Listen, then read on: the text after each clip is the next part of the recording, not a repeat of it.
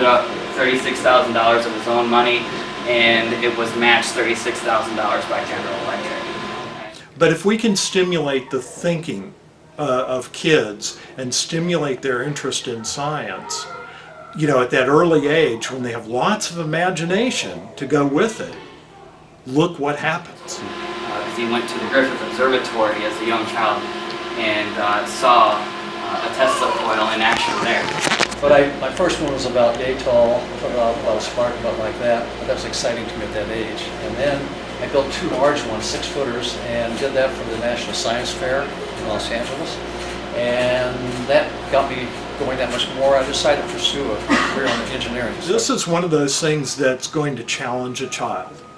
They're going to come in and they're going to go, wow. Richard's story, I think, embodies what we do here at Hands-On Museum. I just feel like it's going to bring a lot of interest to the museum that we would not have had before, and a lot of adult interest. An electrifying new exhibit is set to open today in downtown Johnson City. Here's News 5 WCW's Julie Newman with the scoop. Hey guys, this is a one-of-a-kind exhibit, and the Hands-On Museum is the only place that can boast that it has one. It's the Tesla Coil Experience, a tribute to its creator, super inventor Nikola Tesla. The 6-foot-long, 200,000-volt bipolar coil is the first of its type and the largest in the world right now. The shocking music it makes will provide a huge wow factor for museum guests.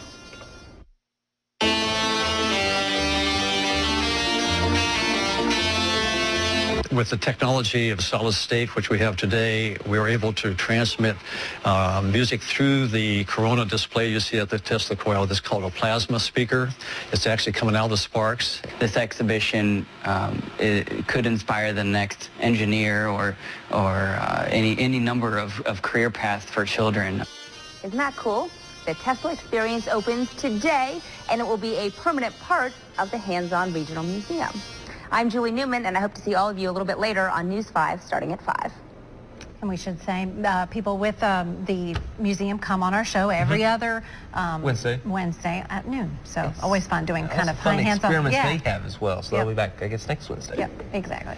It's almost time to find out what's going to be like on the drive into work this morning.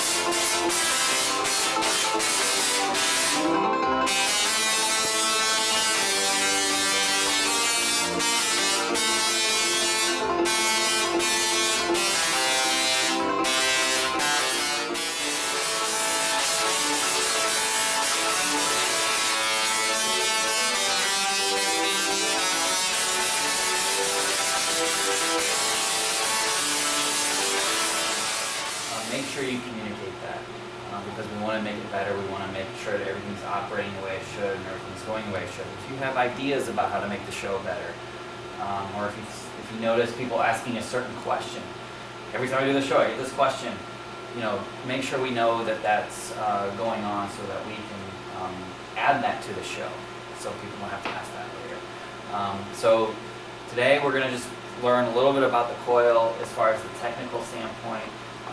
I would encourage you all between today and tomorrow to do as many dry runs of the show and the script as you can. You don't have to play it every time, but just getting comfortable with the room and the stage. We have yet to figure out the seating and exactly how we're going to work with the television and all that. But once we do figure that out, it should be pretty easy to do. The main thing is that if you can get the script in your head, but make it your own. It's just like when you go to the museum and you're facilitating things in the museum. You know, we want to make sure that you make it unique and you make it your own and you give it your own flair. As long as you're not venturing too far off the script and if you're not making stuff up, it's completely okay. All right? So the goal is when people come back, there's 18 different songs on here, and there's a million different ways to present the information. So as long as when you come back that somebody has a different experience in here, so like a member, if they come back 3 different times, they go to the show 3 times and they see the show 3 different ways, that's what we're after. So that's, it could be a really cool dynamic thing.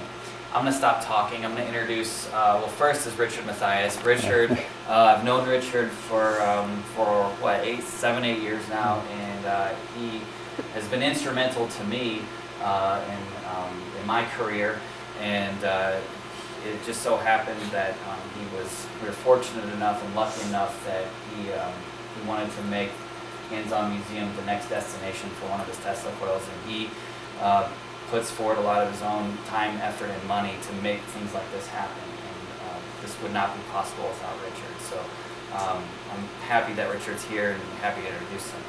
The next person is Christopher Hooper behind you. Christopher is one of the engineers that Richard works with to make sure that things like this get made. And Richard's responsible for a lot of the things, or Christopher's responsible for a lot, and Eric over here, they're responsible for a lot of things that are over my head. And this is Eric Goodchild, and he's with Goodchild Engineering. And between the three of them, they really make this thing happen. But they begin to talk way over my head really quickly. Their breadth and depth and knowledge of things like this is really, really incredible. And Richard really found a couple of great people to make this Tesla Coil program work. Feel free to ask them questions. Feel free to inquire. Don't feel like you're going to feel stupid for asking a question. There's no such thing as that when you're dealing with this kind of exhibit. So you've heard them all. Yeah, you've heard them all, and we're just here to make sure the visitors have a great experience. But if you have a question that you have in your mind, that could be the question that a visitor might have. And so ask them while they're here. They're a great resource and a great team as far as explaining things and how things work. And I've learned so much in the last 2 days just from talking to them. So please ask questions if you feel like you need to while they're doing the presentation. So I'll pass it over, I guess, to Eric and Christopher, if you guys want to kind of take it from here, and we'll kind of go through the technical runs, and then envision how the show will play out according to that script, according to how they're running through everything. Howdy everybody, I'm Eric Goodchild. I'm one of the contractors that built this, and this is Chris Hooper, who's already been introduced. So what I'm going to do is I'm going to basically explain the basic principles of operating it, and I'll also give you a little bit of background on how it works. I'll keep it as simple as I can. So let's start with what it is. It's a bipolar Tesla coil. The reason it's bipolar is because of the fact that it's sitting on its side and it's driven from the center. So a lot of Tesla coils, though, you'll actually see them, they actually stand upright and they have a single torus on the top, and you usually get sparks out of the top. The reason why this is bipolar is because we're driving it from the center here with the primary, and you've actually got sparks coming out of both sides. The advantages of using this coil are very technical, so I won't go into that too much. But Christopher Hooper here did all of the plexi work on this machine. It's all built by hand. There's well over 2,000 hours of work into this piece of equipment. So that's basically the type of coil. It's all solid state, so it's a bit more modern than Tesla's original design. Tesla originally started with what is known as a spark gap and some really basic parts. I think the original Tesla coil had about 4 or 5 parts in it. This has numerous computerized controls and modern industrial equipment that are make it more reliable and allow it to play music, which is the big thing about these, which is really great. One of the things I'd like to explain is that, because almost everybody asks this question, is how does it play music? So Chris and I always like to use this analog. Is a good way to do it is explain how a speaker works first, because a lot of people understand that. Is you've got a paper diaphragm inside the speaker, and that diaphragm, whenever you want to make a sound, moves in and out. It vibrates, and what that does is that actually in turn vibrates the air, and our ears perceive that vibration in the air as a particular sound. So if we move the speaker cone in and out 440 times in 1 second, it would sound like a middle A on a keyboard, and we perceive that as a middle A. And when you basically change that frequency in a sequence of ways that it sounds like music, you can play notes and so on, and that's how you get sound out of a speaker. Now with the Tesla coil, it's a bit different, but the concept's the same. Basically what you're trying to do is displace air. You're trying to move it out of the way and you're trying to vibrate that air. So whenever we create a spark across the top 2 electrodes here, it's essentially a plasma. It's not, you can't see electricity. Electrons are subatomic particles that are invisible to the human eye. But what you do see is an ionized plasma. And what that is we're basically putting so much energy into the air that it causes the air molecules to vibrate really, really fast until they start giving off light, and they also give off heat. So what that does is whenever you create a really hot plasma, that plasma displaces air, it pushes it out of the way. And although this looks like it's on continuously, it's not. It's actually turning on and off really, really fast. And it's the same concept as a speaker. Whenever you turn on the spark, it pushes air out of the way, and whenever you turn it off, the air collapses back into where the spark was. So if you, same concept with a speaker, if you turn that spark on and off, say, 440 times in a single second, it sounds like 440 hertz or an A on a keyboard. So that's essentially how we get it to play music. We're essentially turning the coil on and off 440 times a second, for example, for an A, and we control that on the fly. We control the frequency on the fly by this device over here, which is, the podium. So that brings me to my next step. The podium over here is basically an embedded tablet. So if any of you have used a Windows 8 tablet, it's exactly the same. It's pretty simple. Christopher. So we have, let's see here. So if you guys want to gather around, I'll show you the podium here. So the podium's very simple. It's got 2 parts to it.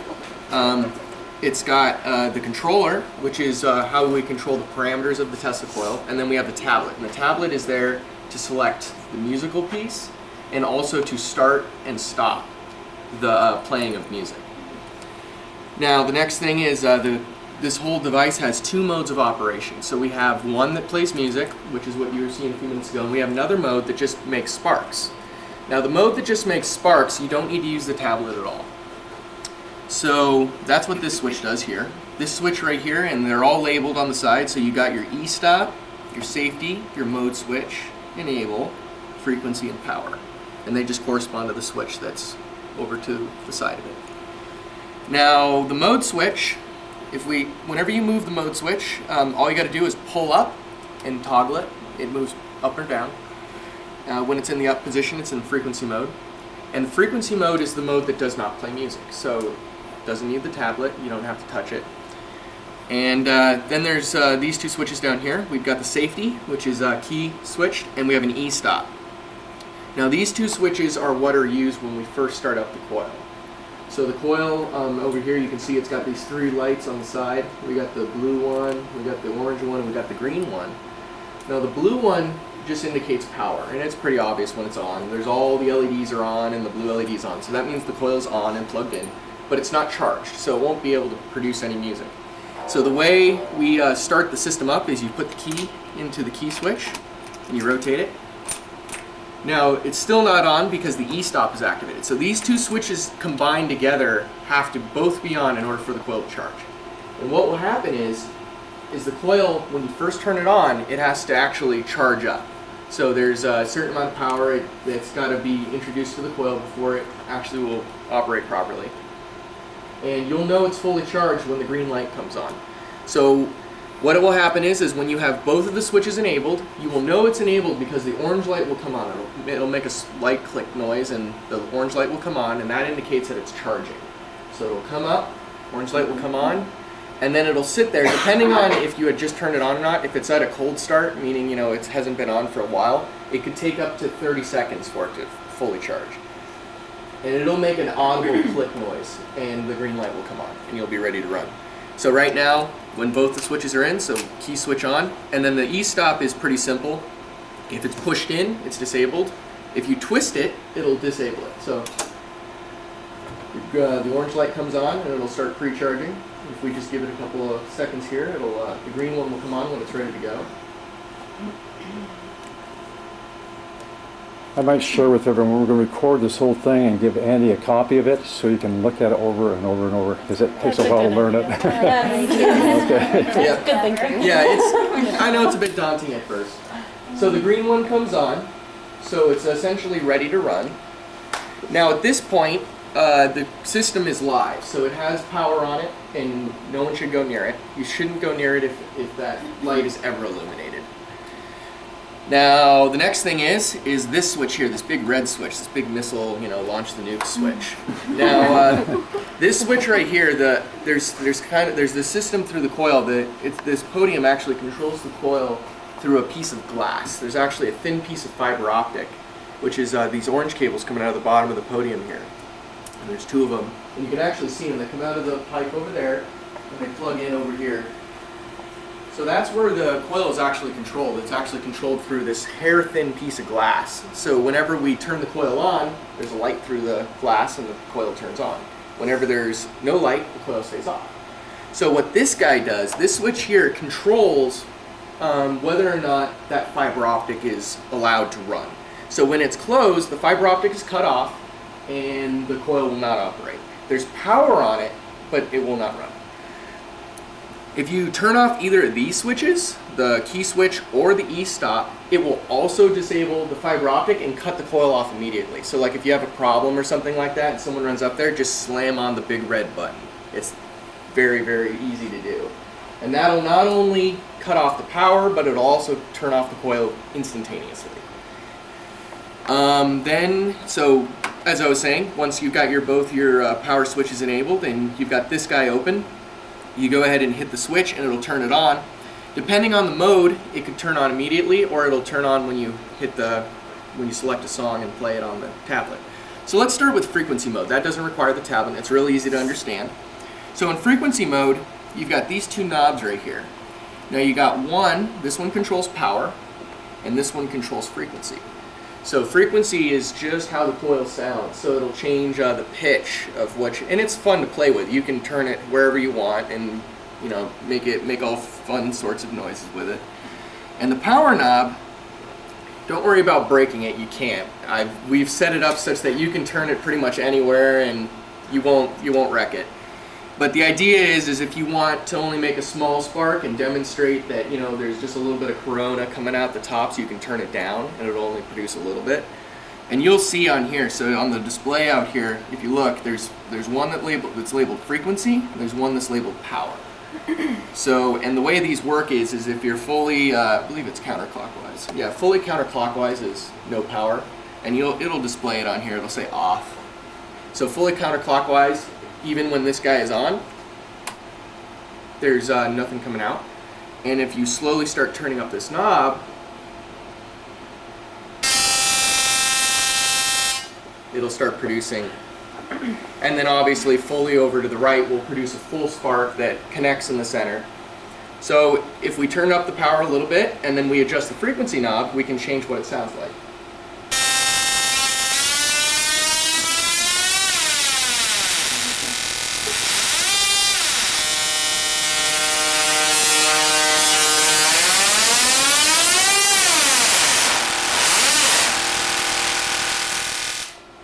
So that's what those two knobs do. Feel free to play around with them and experiment with them. That's what they're there for. Now, word of caution, whenever you change the mode switch on this thing, you want to close the fiber optic enable. You want to make sure that's off before you do any switching. So now what we'll do is we'll go ahead and I'll show you the MIDI mode. The MIDI mode's pretty simple. So remember, just close the switch, pull up the toggle switch, and switch down to the MIDI mode. Now the tablet is where this comes in next, and that is essentially just a Windows 8 tablet. So if any of you use Windows 8 tablet, you'll be right at home. The way it works is you just hit the Windows button, and that brings up the main screen. And right now it's already logged in. There'll be a login credential so that people can't just come up to it and log in. But it'll be a pretty simple password. Usually what we do is we use Tesla's birthday, which is 1856. And I'll close this out so I can start you guys off from the very beginning on how it looks. So when you log in, it'll look like this, which is the start menu for Windows 8 tablets. And there's the desktop, and then there's our custom player. So the player is what you'll open. You just open it up, and you can maximize it, and it looks just like this. So there's 4 buttons, there's a keyboard. Now the keyboard sort of works, so if you want to play with it, you can. I mean, it's a touch screen, so it's not super fun. I mean, it sort of works, but you know. Anyway, so the first thing you do when you open up the software is you have to select the output device. Now, the output device is going to be this guy. Now, I don't know how many of you are familiar with a MIDI interface. I won't go into it too much, but it's essentially a digital musical interface that allows computers to talk to real-world hardware. And it's not like your traditional audio, like if you plug in your headphones where you actually send, you know, like the actual sound down the wires. This is actually like a digital protocol. So it's a little more advanced. So it's very simple. What you do is to select the output device, you hit the big old button that says output device, and you only got to do this once when you first start up the software. Once you've selected the output device, it'll remember it and you don't have to do it again. There's a little drop down menu. Drop it down and you'll see that there's really only 2 options. There's one that's grayed out, which you can't select, and then there's another one here which is Tesla Synth MIDI. And you just click that, make sure it's selected in the box, and hit OK. And it's selected. So now what that means is that any output from this program will go to this box. So now what we do is we go and we open a file. So you hit the open file dialog and it'll open up the folder that's got all the music in it. Now if for whatever reason this, you know, you can't find this folder, it's just a folder with files in it. And you can navigate to it. It's just on the desktop of the tablet. So it's real easy to find if someone never gets it mixed up or lost. They're all labeled. So you can go ahead and you just pick a song. I'll pick Adam's Family here and you hit open.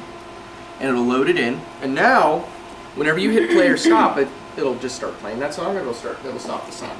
But there's a couple things you got to do before you hit play. So what you do is you got to make sure it's in MIDI mode. So MIDI mode means that it'll accept input from the tablet. And you have to hit the enable switch. Now, the power knob does the same exact thing it does in the frequency mode. So it'll actually control power output. When it's fully counterclockwise, you won't have any output even when you hit the play button. It'll just not produce anything. As you start to turn it up to fully clockwise, the sparks will get longer and longer and longer as it's automatically playing the MIDI. So what I'll do is I'll start it off real low for you and I'll hit play. Anyway, our software's still got stuff going on. If it ever crashes on you, just open it back up and select the device. And then we'll select the same song. So you're playing, and you can see the green light here. That means that it's actually coming through the file dialog. And if you actually start bringing up the power,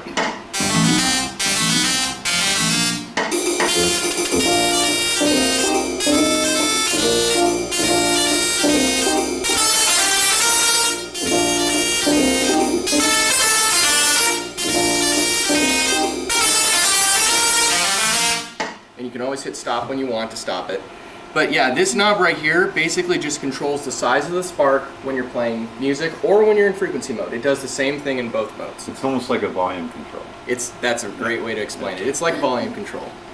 Although most of our stuff is designed to run when it's at full power. So, you know, a lot of people are like, can you turn that down? That's like one of our most commonly asked questions. You just tell them, no, it's supposed to be that loud.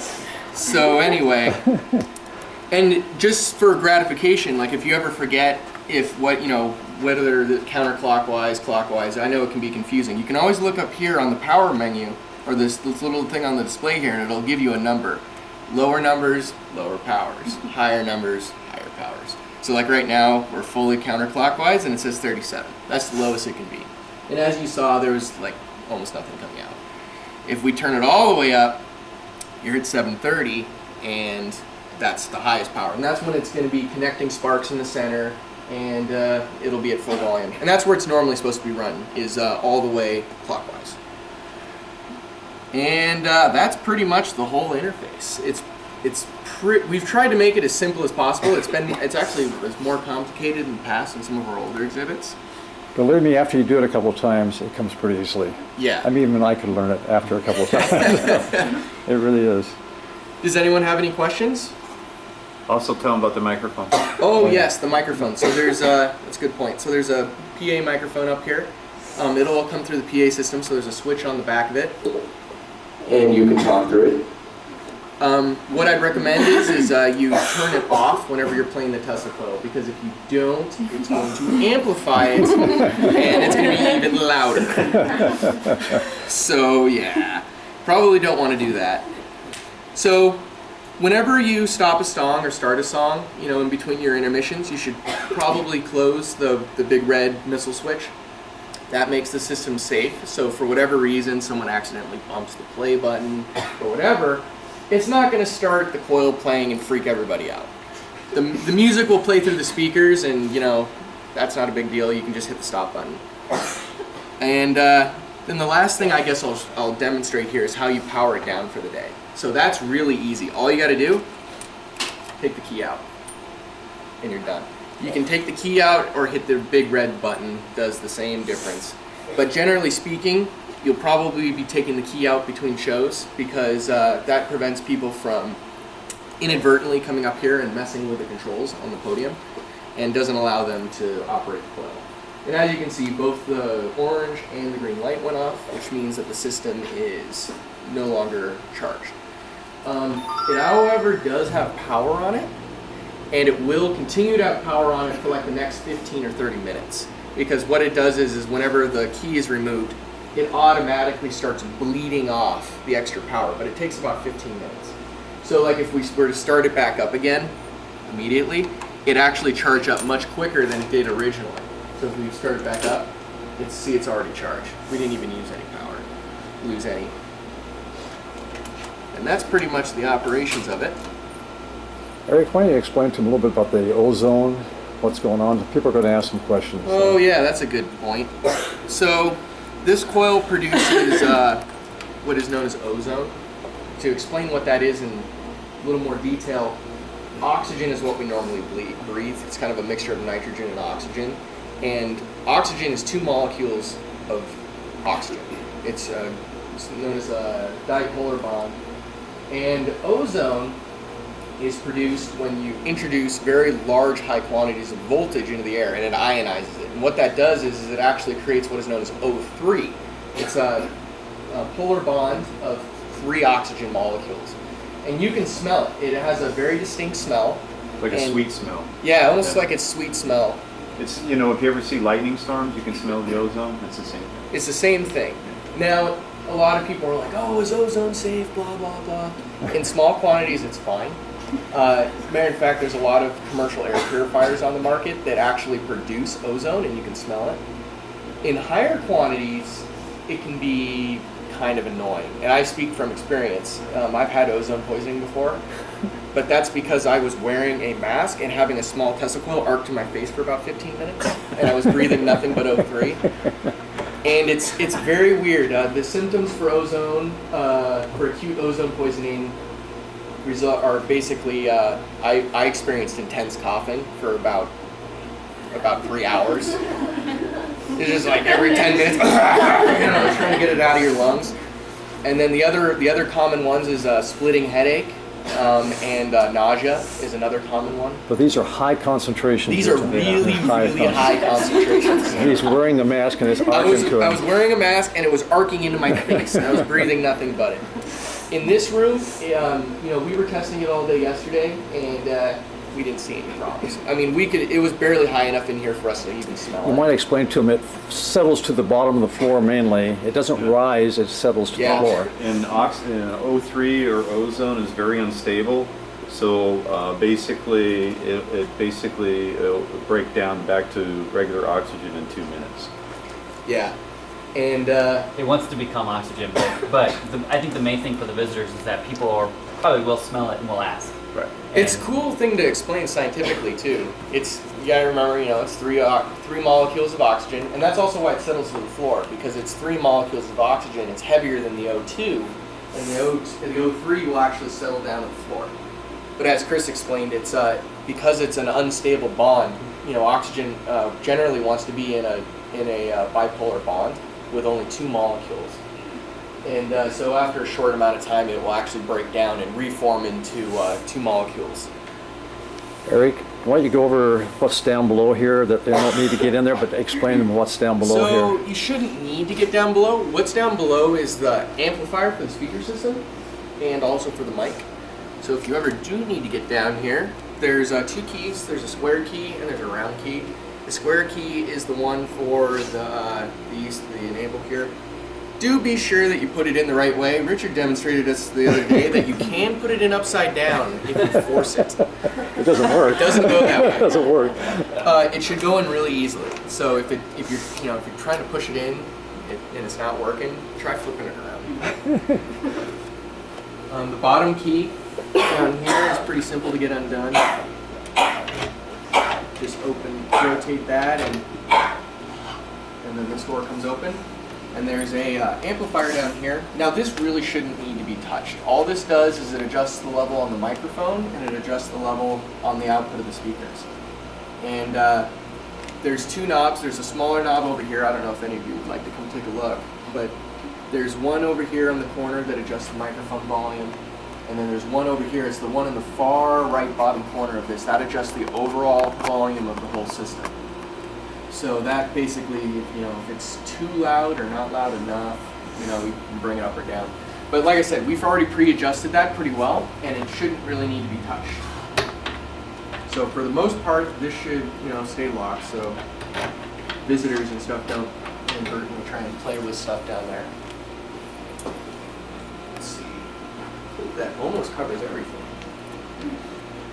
So did you want him to try to run it? Yeah, that's the next step. Yeah.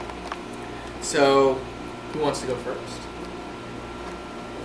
I'll go. You want to go? Go for it. Go first. No, you go first. Ladies first. Go for it. Here you go. Sinners like us.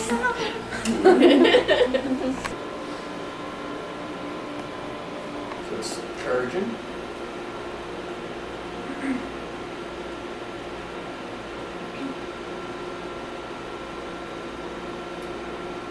I know it's nail biting. There it is. The toggle, like I was saying, it's locked, so you pull up and toggle. That's a trick. Yeah, don't try and force that either. So you want to go, if it's not all the way down, when you pull that switch up, it'll actually start off making sparks. It can scare the crud out of you sometimes. So you pull it, so if I wanted to go back, that's how it, Yeah. It's designed that way so you don't accidentally, trip it. There you go.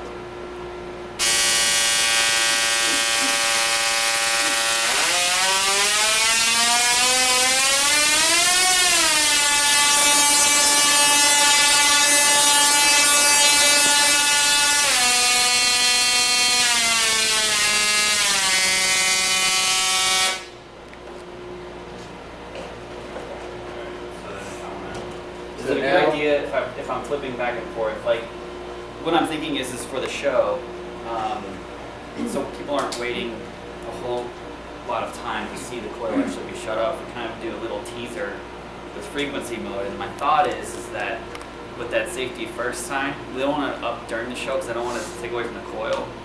But what we might do is demonstrate the wireless capabilities of the coil by hanging it up next to the coil on the left-hand side, and then in frequency mode, just playing it for 10, 15 seconds. So the audience kind of gets a teaser of what the coil looks like.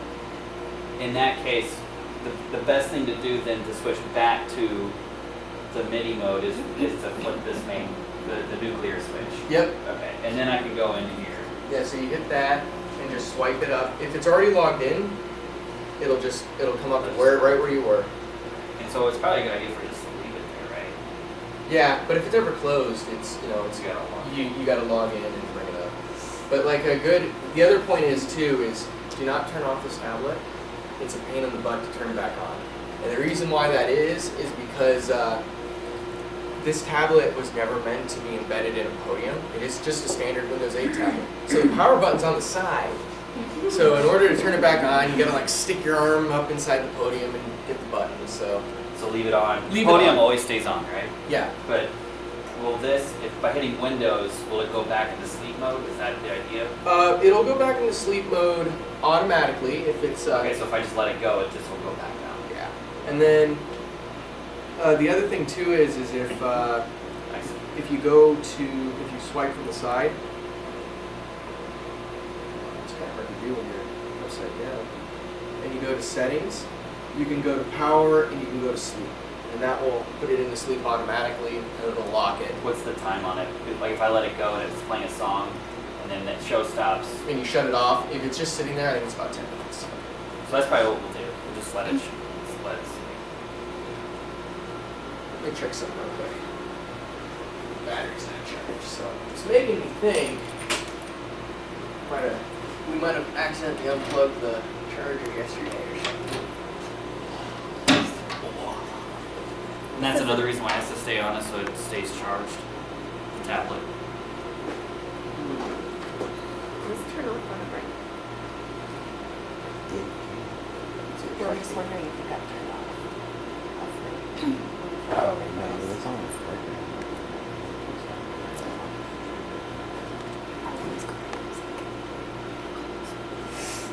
There it goes. Must have come unplugged the other day when we were... I think when we swapped the fiber out yesterday. Yeah, that might have been it. Yeah, so do keep an eye on that. I'm sure all of you have used tablets before. Or down in the corner is your little battery indicator. It'll have like a little plug next to it if it's charging. So if it's not charging and the battery's kind of dead, open it up and you'll see it's very common, familiar hardware that I'm sure you're all familiar with. It's just there's a plug underneath the tablet where the power plug goes in, and then there's like a power strip up top, and there's a plug. So if for whatever reason it comes undone, or just make sure that you keep an eye out for it. Because if you don't, the battery's going to die, and then you're going to try and start the tablet, like, why is it not working? So anyway, sorry about that. Yeah. This will stay popped up. Yeah. The only time that goes down is if you push it. Okay. So you really don't have to mess with this unless kid runs up. Yeah, it's like an emergency button, just hit it. And it shuts everything. It's fun to turn though, if you want to try it. So. And you got to be enabled in order before you have to play. So disabling it though in between frequency and MIDI is probably a good idea. Yeah, and between your songs too, because if you, like I was saying, if you inadvertently hit the play button, it's not going to start the coil. It'll just start playing through the speakers and won't freak everyone out. Because I've done that before. So you're still in frequency. I know. All right. Now you play. Yep.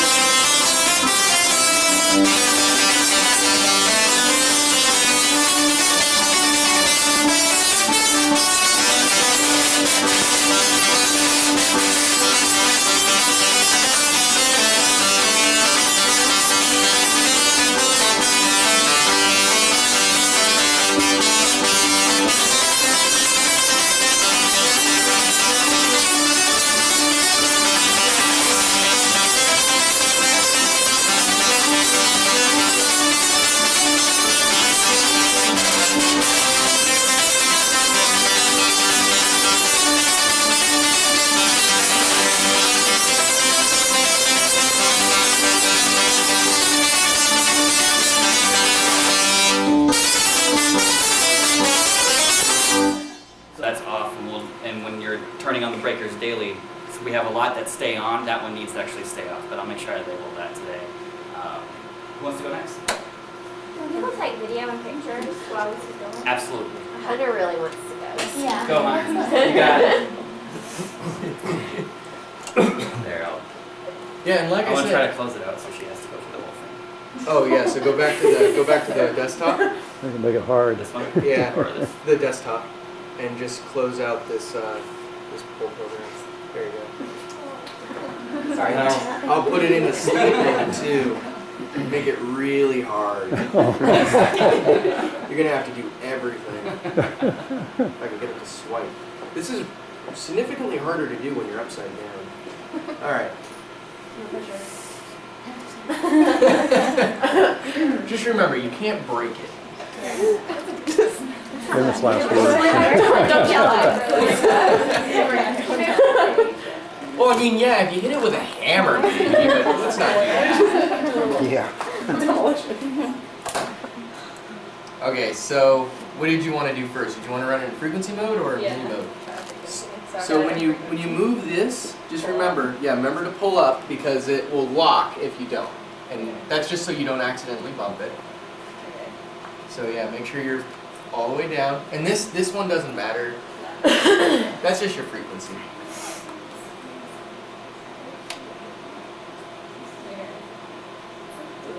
Yep.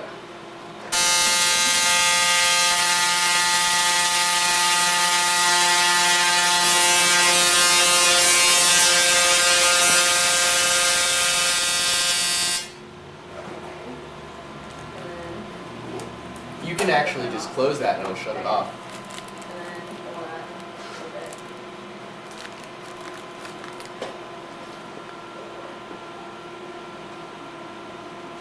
Oh, she's a pro.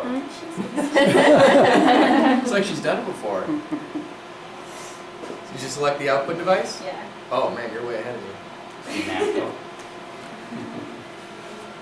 You have no idea how long I waited to do this. You're doing really well.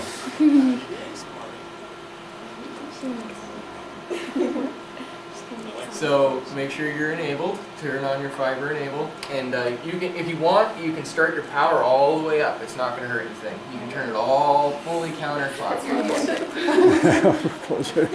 Get ready.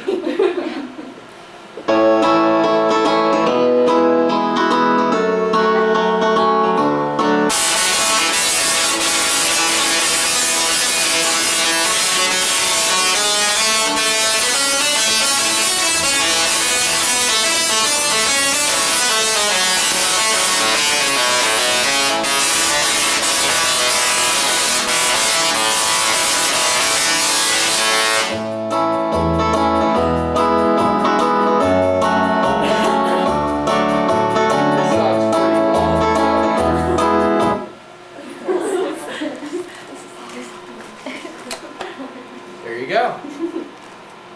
Anybody else want to try?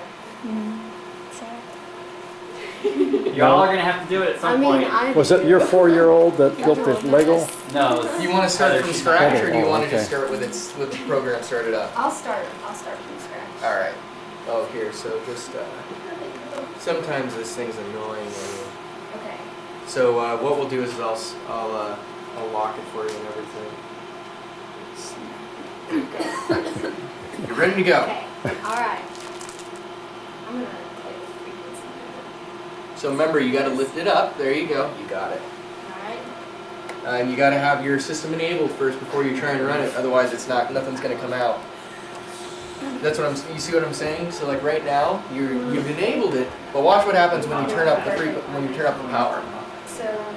Try turning it up. Watch what happens.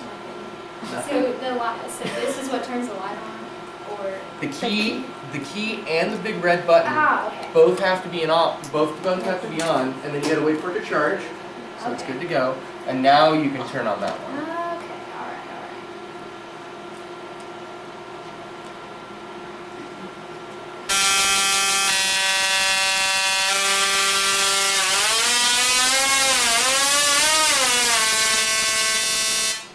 Don't be afraid to turn it up more if you want. It's not going to break it. All right.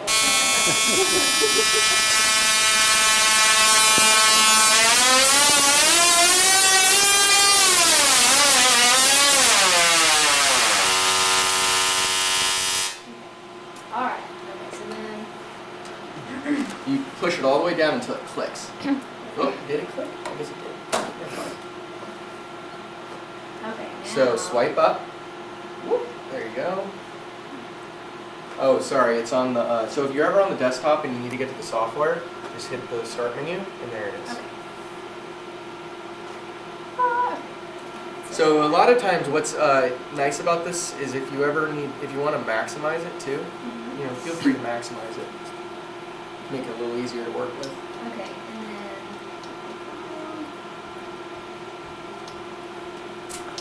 Alright, let's just stay with the bluegrass theme. Alright. Now, turn your power up and enable it, and ready to go. You're still in frequency mode. Oh, I see. You gotta go to mini mode. That one's tricky. I relate. Okay, alright. There you go.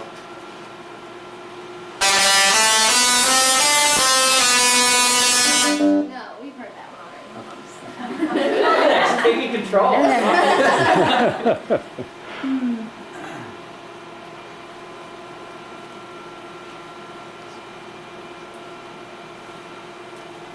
Oh, okay, whoa, I just selected 3, so. Oh, yeah, just click on one, it'll stop selecting. There you go.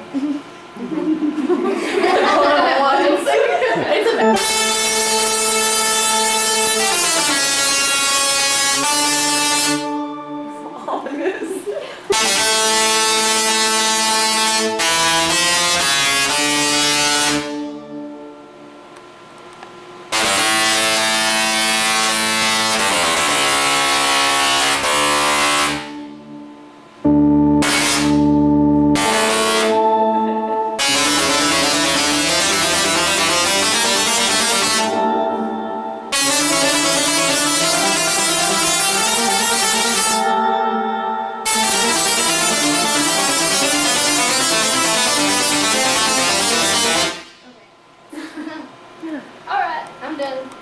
Alright, let me set it up for the next contestant. Thanks.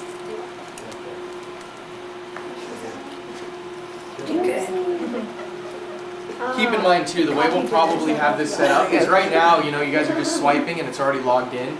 Most of the time what it'll do is we'll have it set up such that the password is enabled so that if, you know, if somebody just tries to come up and play with the tablet, they have to enter a password to get into it. We will be giving out the disposable earplugs to everybody that wants to use them. We'll have like a basket of them in the theater. It's in, but it's not turned. So, there you go. What did you want to try first? MIDI mode? Yeah. Okay, so just verify that your switch is in MIDI mode. Okay, and then do I? That's already enabled, so if the lights are on the coil, then both of these are good to go. So now go ahead and hit the Windows button, and swipe it to log in. It's already logged in. So right now you're on the desktop, so to get back to the start menu, just hit the Windows button again. There's the software. And then you want to do Open Device. This one right here. And then you select the drop-down menu. Yep, that one. And select that. I have Go-Grid. There you go. And now you can pick a file. Let's try, if you don't mind, Stars and Stripes and see how you like it. Stars and Stripes is not on there, Richard. Well, what's the other one? Oh, Star Spangled Banner? Star Spangled Banner, I'm sorry. It's really in there somewhere. impressive. It's in alphabetical. Or at least it should be. Do you like having this one? It's much easier to see that way. So before you hit that, No, you can go ahead and open the file. Just pick a file, select it, and hit open.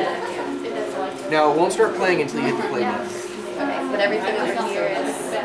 So now, right now, since it's red, yeah. So right now, you can see the color. See how you're at a real low number? Yeah, So click clockwise is full power. Okay. There you go. Yeah, you can leave it there. And then open up your switch. This is impressive. Wait till you hear this one. Yeah, and you'll notice this will go from red to to just no on, not on at all. And then when it actually starts playing notes, it'll flash green. So every time it turns on, it'll go green. There you go.